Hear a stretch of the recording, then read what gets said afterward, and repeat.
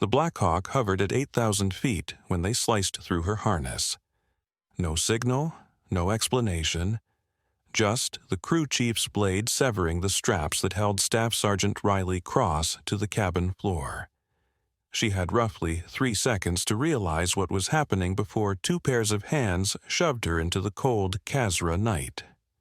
No chute, no rope, no hope. At least that's what the 5 Delta Force men watching believed. They were about to discover why the 75th Ranger Regiment had sealed Riley Cross's file for 7 years. But before I tell you how she lived through what no one lives through, drop a comment with where you're watching from, and hit subscribe, because what followed redefined everything they thought they knew about the edge of survival. The morning had begun deceptively calm at Forward Operating Base Falcon. The Arkan Ridge peaks rose like shattered teeth under a sky so clear it hurt to see. Staff Sergeant Riley Cross sat apart from the others, cleaning her spotless rifle with mechanical care.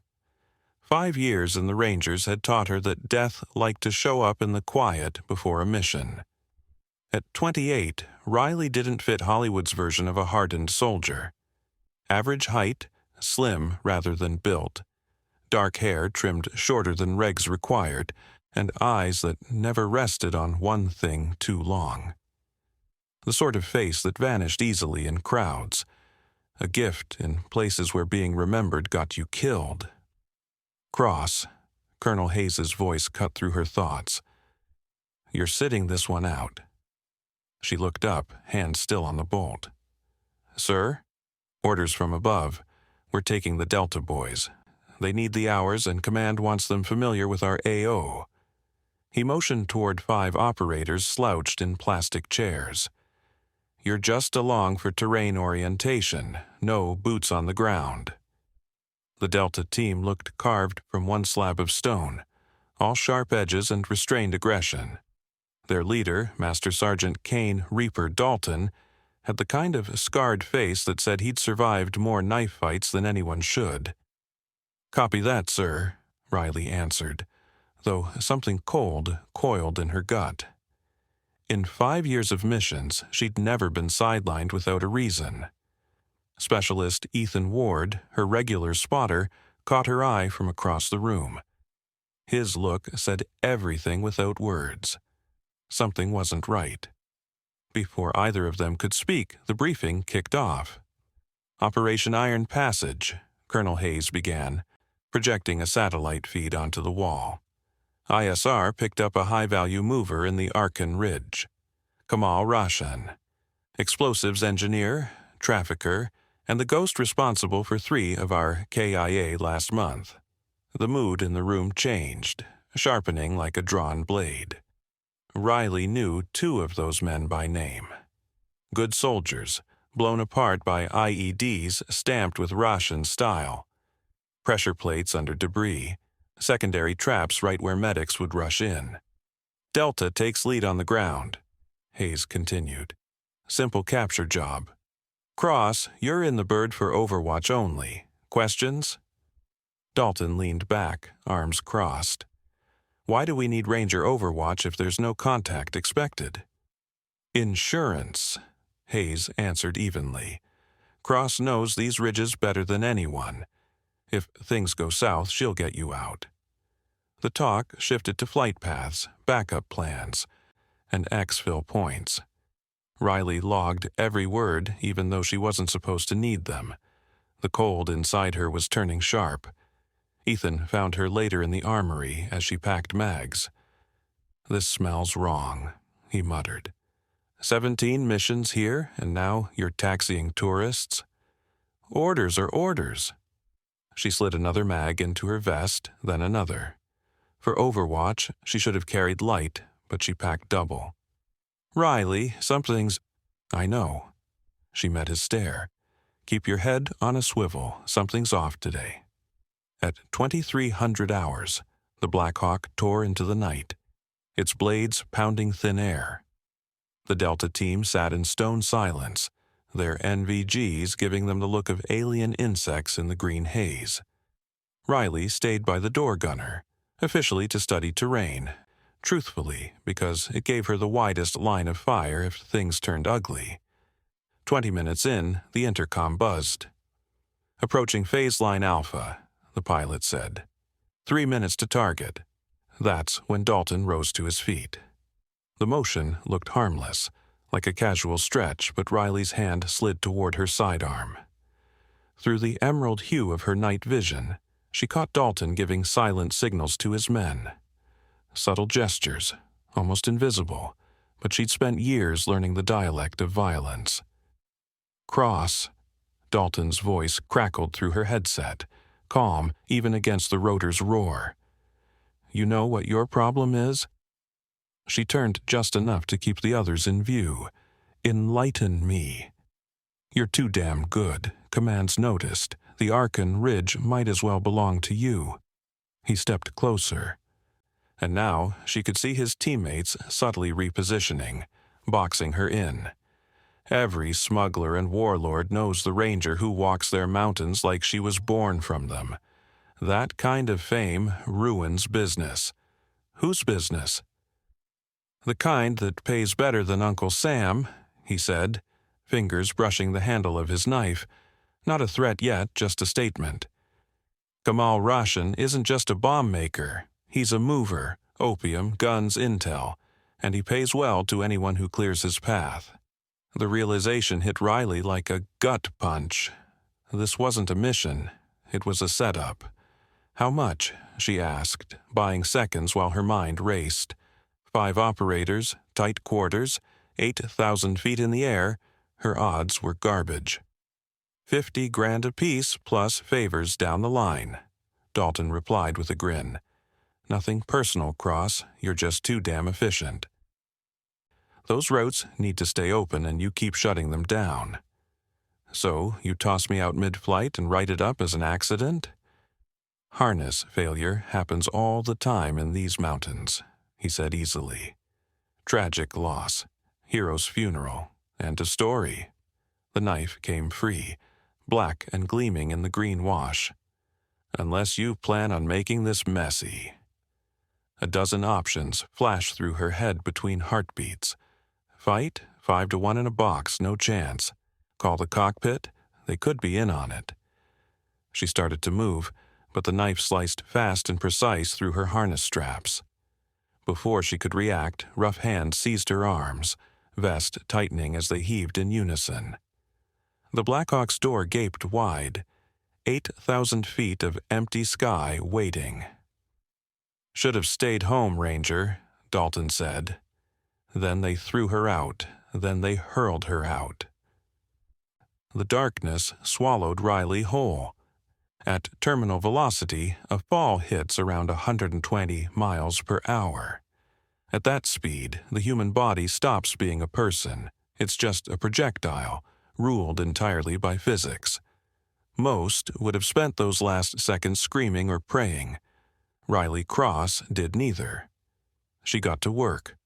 First step, orientation.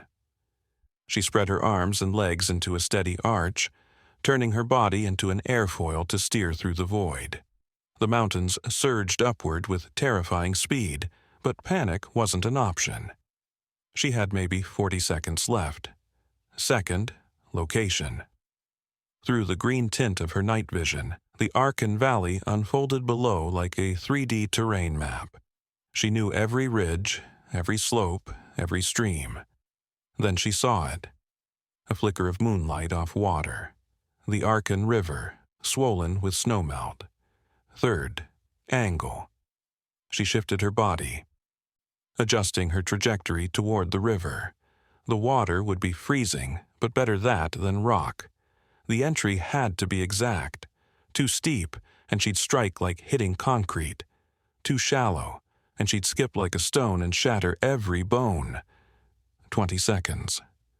She clutched her rifle tight to her chest, crossed her ankles, hands braced to guard her head.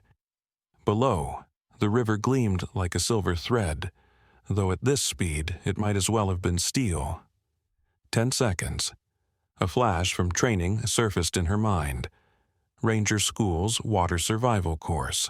Her instructor, Sergeant Lewis, showing how to survive a high drop. The body can endure brutal impacts if you spread the force right, he'd said. It's not about toughness, it's about control. Physics doesn't care about pride. 5 seconds.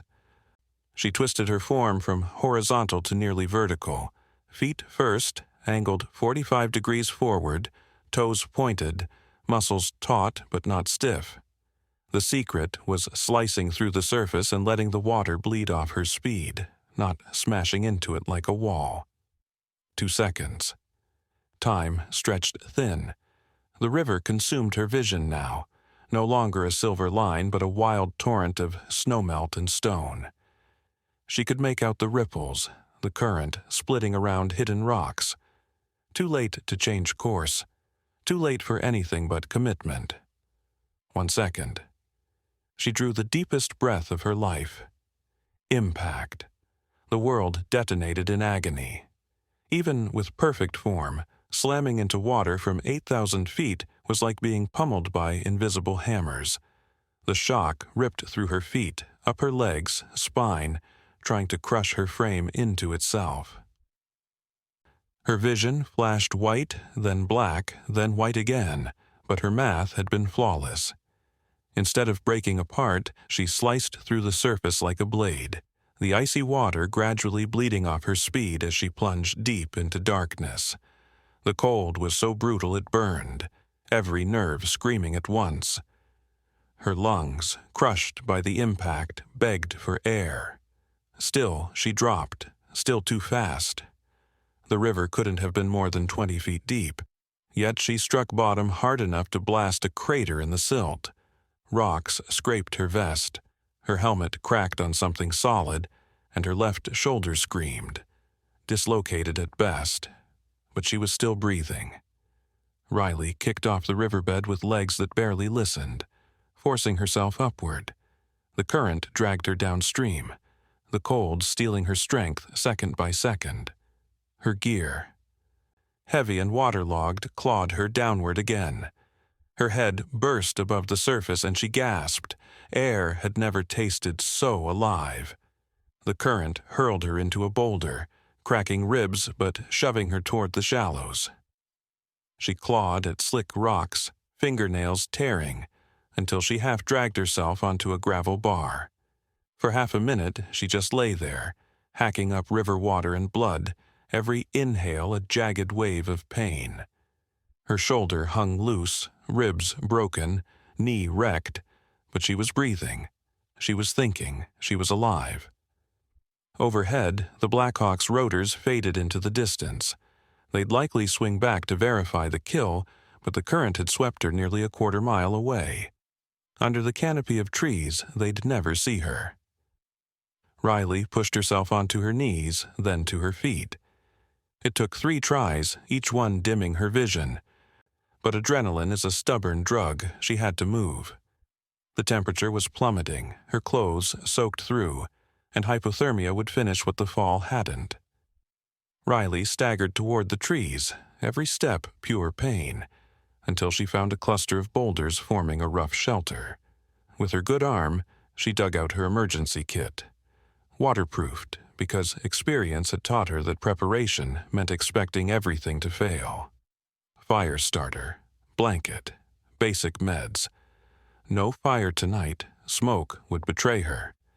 The thermal blanket would have to trap whatever heat she could hold.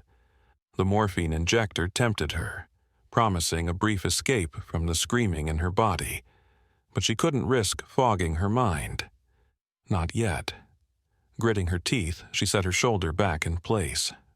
The wet, sickening pop made her bite down on a rifle sling to silence the scream. Then she looped the same sling around her ribs, binding them tight, not a fix, but enough to keep a lung from puncturing if she had to run.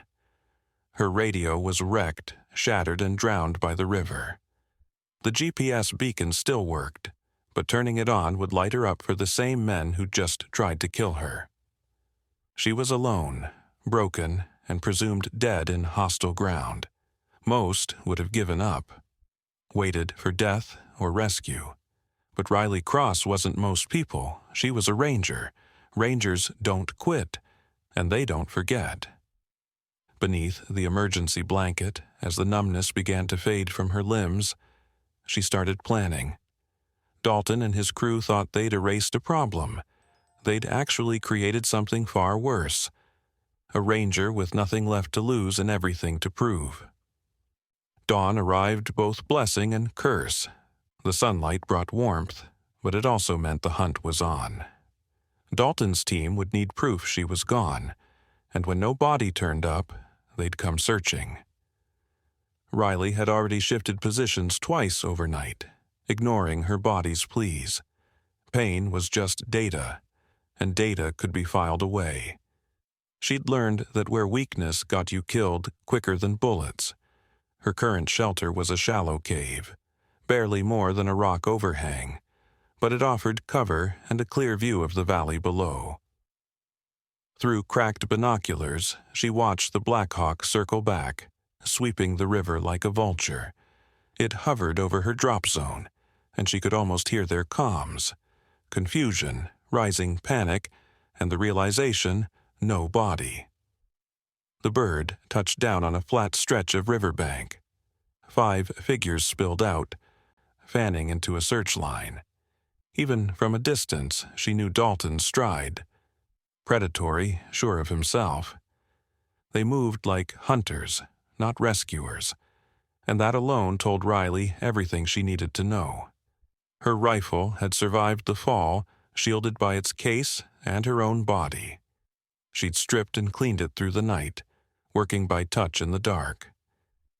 Now she eased into a prone position, resting the weapon across a fallen log to steady her damaged shoulder. The distance was brutal, nearly 800 meters, and with her injuries, she'd only get one clean shot before recoil wrecked her. But one shot could shift the balance. She waited, patient and cold as stone, watching them comb the riverbank. They were good, she had to give them that, tight formation, overlapping coverage, every move drilled and precise.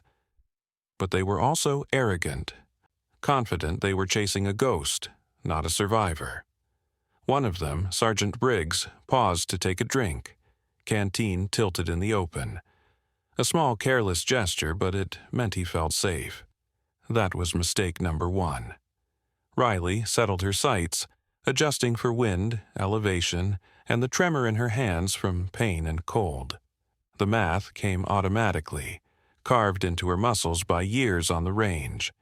Inhale, exhale, find the heartbeat gap. She didn't target Briggs, too predictable. Instead, she squeezed off a round that tore through Wark's radio antenna. The rifle's crack rolled through the valley like thunder. The antenna blew apart in sparks and shrapnel, and 5 elite soldiers hit the ground instantly, instincts overriding pride. Her message was loud and simple. I'm alive. I can see you. This is your only warning. For a long 10 seconds, nothing moved but the river. Then Wark's voice boomed through the canyon, echoing, "Cross, I know that's you." She stayed silent, watching through her scope as they scrambled into new cover. In one trigger pull, the roles had flipped. Hunters turned hunted, and that shift hit harder than any bullet. "We can fix this," Wark shouted. It was just business. Riley allowed herself a grim smile. It was always just business until someone fired back. She pushed through the pain, crawling to a new position.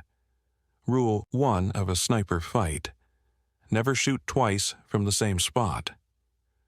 Her knee screamed, her vision blurred at the edges, but she'd fought through worse. In Mosul, she'd finished an op with a round lodged in her hip. In Khazra's Paktika country, she'd trudged 12 miles with a broken fibula. Pain was temporary. Death was forever. The Delta element was maneuvering now, trying to flank her guest position. Solid tactics, but based on the wrong assumption. They thought she was fleeing. They didn't realize she wasn't running. She was hunting. Riley had spent 5 years mapping every trail, cave, and hidden path in these ridges. The locals called her the Ghost Walker, the American who appeared and vanished like morning mist. Those same tracks smugglers used to move opium were now her highways. She slipped along them to stay ahead of the Delta tail, visible just enough to keep them following. She funneled them deeper into the valley, drawing them away from their bird and any fast support. The pilot was probably checking fuel and wondering why his passengers hadn't returned. Every passing minute nudged someone closer to sounding the alarm. At a choke point on the trail, she left a trap. Not an IED, nothing that obvious, just a crude deadfall the local hunters favor. Sergeant Cooper, trailing the column, tripped the trigger. A log swung down from above. He barely avoided a direct hit, but the scramble sent him tumbling off the path and down a steep slope. Not lethal, but his ankle broke with an audible crack when he hit the bottom. Now they were down a man and forced to haul their own casualty. Every hour the math worsened for them. "Cross," Dalton's voice had lost its swagger.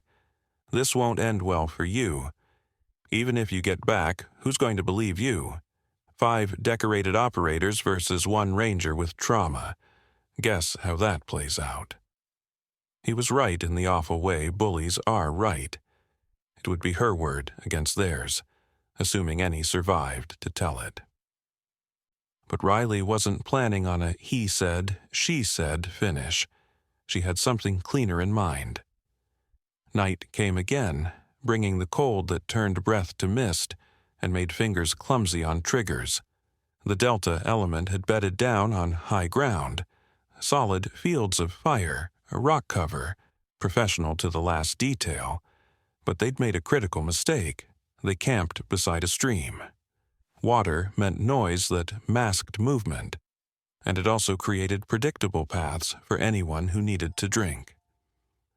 Riley waited until 0300, the dead hour when even the sharpest guard fights to keep his eyes open. She'd spent the day collecting what mattered most. Not extra rifles, but information. A battered radio scavenged from an old cache, batteries to match, and the small digital recorder she always carried, the one that survived the plunge in its waterproof case. She couldn't transmit on the busted radio, but she could listen, and what she heard sealed her suspicions. Dalton's team was talking on an encrypted net, but encryption didn't matter when she could hear their side of the traffic. "Package still active," Dalton said. "Request immediate extraction and QRF." "Yes, sir, I understand complications." "No, sir, we can't confirm elimination." "Copy, sanitize, extract." Sanitize, the military euphemism for leaving no evidence, no witnesses. They weren't merely planning to kill her. They intended to erase any sign she'd been there. But Riley held an edge they didn't know about. 3 nights prior, she'd cached supplies. Standard recon SOP, ammo, med gear, and most crucially a satellite phone with a full battery. The cache sat 2 kilometers beyond the Delta position. To reach it, she'd have to go through them, not around. Most people would have called that impossible. Riley called it Tuesday. She moved like water, a shadow, the ghost the locals whispered about, every step deliberate, every breath measured. Her injuries screamed, but pain was only data, and she could ignore its opinion. The team posted 2 guards, Briggs North, Matthews South. Good overlap, but they were watching for an escape, not an infiltration. Riley belly crawled through their perimeter, so slow motion sensors wouldn't pick her, and so quiet even mice didn't scatter. It took an hour to cover 50 meters. Patience is a sniper's first virtue. She slid close enough to hear Briggs breathe, to see vapor curl from his lips in the cold. Her hand found a rock shaped just right. She flung it into the dark behind him. The small sound snapped his head around, rifle tracking the noise, and in that heartbeat she flowed past him into the camp. Dalton and the others slept, trusting their guards. She could have ended them all, silent, clean, But death would have been too simple. She wanted justice, not mercy. She wanted their betrayal exposed.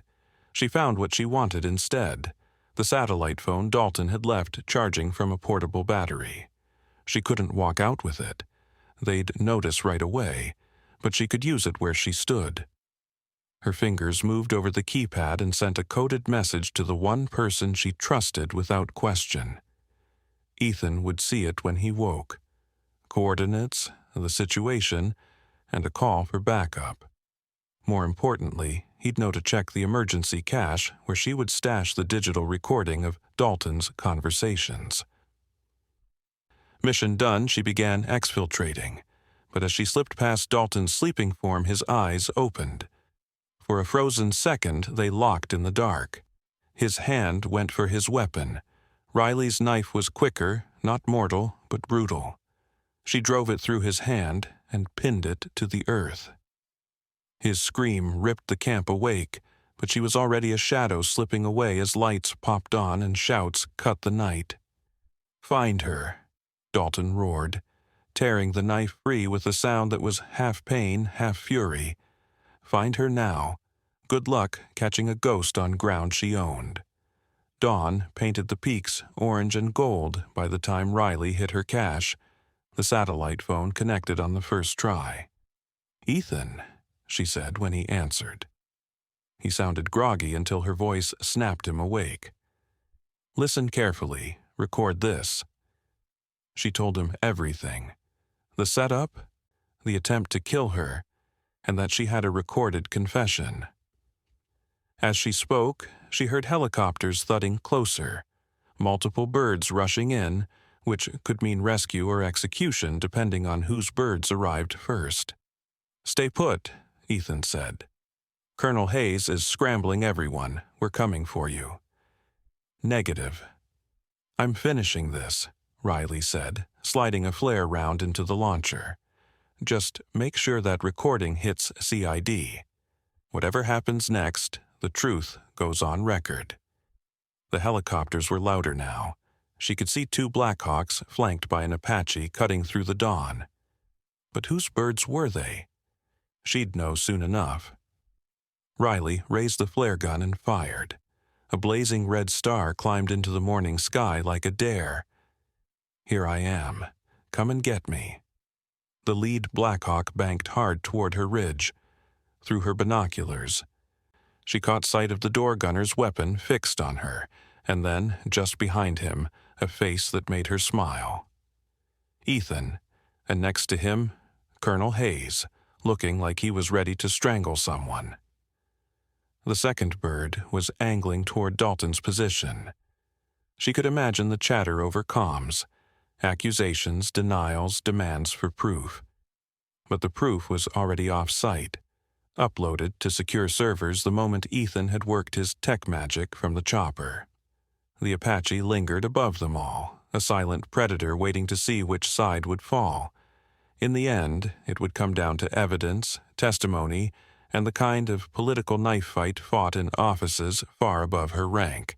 Yet, as the first Blackhawk touched down on the ridgeline and Ethan sprinted toward her, Riley knew she'd already claimed the only victory that mattered. She'd survived, against betrayal, against gravity, against the raw math of terminal velocity. She was still here. "Jesus Christ, Riley," Ethan said, taking in the makeshift sling, the obvious concussion signs, and the way she guarded her broken ribs. "How are you even standing?" "Rangers don't quit," she answered simply. "We also don't die easy." Behind them, shouts rose from Dalton's position as the arrests began. The Delta element would face court-martial, conspiracy counts, and attempted murder charges. Their careers were finished, their reputations in ruins. When medics arrived with a stretcher, Riley waved them off. "I'll walk," she insisted, each step sending lightning through her body. "I jumped from a helicopter at 8,000 feet. I can make it to the bird." Colonel Hayes fell into step beside her, unreadable. "Cross. What you survived, it's impossible." "No, sir. She winced as her knee threatened to give. Just highly improbable. "There's a difference," he said. "The physics alone." "Physics is math, sir, and I've always been good at math." She paused at the helicopter door and looked back at the mountains that nearly became her grave. "Besides," she added, "Rangers don't need parachutes. We need the will to survive and the skill to fall." As the Black Hawk lifted, ferrying her toward care and the inevitable investigation, Riley allowed a single, quiet satisfaction. Dalton and his crew had pushed her out to die, and she'd turned their attempted murder into their confession, their trap into their cell. The recorder in her pocket held everything: their admissions, the smuggling links, and proof they'd been willing to kill a fellow American for money. The recorder in her pocket carried it all: every confession, every tie to the smuggling web, every word proving they were willing to murder an American soldier for cash. Combined with the physical evidence and Ethan's technical intercepts, it would more than secure their conviction. 3 weeks later, Riley stood once again in the same briefing room where everything had begun. Her shoulder was still mending, her ribs still raw, but she was back in uniform. The investigation had been exhaustive, the proof undeniable. Dalton and his team were staring down life sentences in military prison. Staff Sergeant Cross, General Whitaker, commander of JSOC, addressed her from the podium, his tone both formal and incredulous. "What you survived defies logic. The fall alone should have killed you. The injuries should have put you down. The pursuit should have finished you. Yet here you are," General Whitaker said. "Rangers lead the way, sir," Riley replied, the motto carrying a new, heavier truth. "Indeed they do." He lifted a folder. "Which is why I'm giving you a choice: full medical retirement with honors, or a new assignment. There's a unit that could use someone with your blend of skill and refusal to die." "What kind of unit, sir?" she asked. Whitaker smiled faintly. "I figured you'd say that. Report to Fort Summit, Building 9. Someone will meet you there." As Riley left the briefing room, Ethan caught up to her in the hallway. "So, retirement or mystery gig?" "What do you think?" she said. He chuckled. "I think they threw you out of a helicopter and somehow you turned it into a promotion. You really are allergic to the easy path." "The easy path's boring," Riley said, then winced as her ribs reminded her how expensive the hard one could be. "Besides, someone's got to keep proving Rangers don't need parachutes." "That's not technically true. You know that fall could have killed you, should have killed you." Riley stopped, turning to face him. "Ethan, they threw me out of a helicopter at 8,000 feet because I was too damn good at my job. They betrayed everything we're supposed to stand for money." "The fall didn't kill me," Riley said quietly, "because I refused to let their betrayal be the end of my story." She moved down the hallway, each step still painful but growing steadier. "Rangers don't quit, Ethan. We don't quit when we're tired. We don't quit when we're hurt, and we sure as hell don't quit when someone throws us out of a helicopter." "So, what do we do?" he asked. Riley smiled, sharp as a blade. "We survive, we adapt, we overcome, and then we make them regret ever thinking we were just another problem to erase." Behind them, the sun dropped over Fort Summit, staining the sky in blood and gold.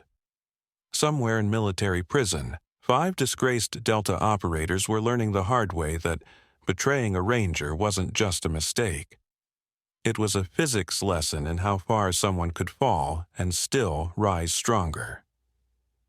And somewhere inside Building 9, a new kind of unit was about to gain its most unlikely recruit: a woman who had fallen 8,000 feet without a parachute and lived to tell about it. The video closes on recovered footage from Riley's helmet cam: the shove, the fall, the impact, all preserved in gritty, nightmarish clarity. The review board had watched it countless times, desperate to understand how she'd survived. The truth was both simple and profound. Training, preparation, and an unbreakable refusal to accept death as the final answer. She'd calculated every angle in free fall, used her body like an airfoil, and found the single path to survival among 1,000 ways to die. But more than that, she proved what every ranger believes, but few ever test: that human will, when sharpened and trained, can defy the impossible. Sometimes the gap between death and survival isn't luck or gear. It's the refusal to stop fighting. Riley Cross became a legend in the special operations world. Not for her past missions, though her record was flawless, but for being the ranger thrown from a helicopter at 8,000 feet, who not only lived, but came back to take down the men who tried to end her. They thought they were erasing a problem. Instead, they created a legend. And legends, as every soldier knows, are far harder to kill than people. Rangers lead the way, and sometimes that way is straight down at terminal velocity. But as Riley Cross proved on that freezing night in the Arkan Valley, Rangers don't need parachutes. They just need the will to survive, and the wisdom to know that falling isn't the same as failing. The only thing that matters is whether you get back up, and Rangers always get back up. Have you ever faced a moment when everyone expected you to fail, only to prove that survival is more about mindset than circumstance? What would you do if betrayed by those sworn to protect you? Could you find the will to survive an 8,000-foot fall without a parachute? Drop your thoughts in the comments below. We read every one. If this story reminded you that the human spirit is tougher to kill than the human body, hit that like button and subscribe for more tales of impossible survival and unbreakable resolve. Share this with someone who needs to remember that falling isn't failing. It's just another chance to prove how strong you really are. More stories of warriors who refuse to die are waiting on your screen. Watch those next, and remember, Rangers lead the way, even when that way is straight down. Until next time, this is Major Tom's Tales reminding you, they can throw you from a helicopter, but they can't throw the Ranger out of you. Thanks for watching, and stay strong.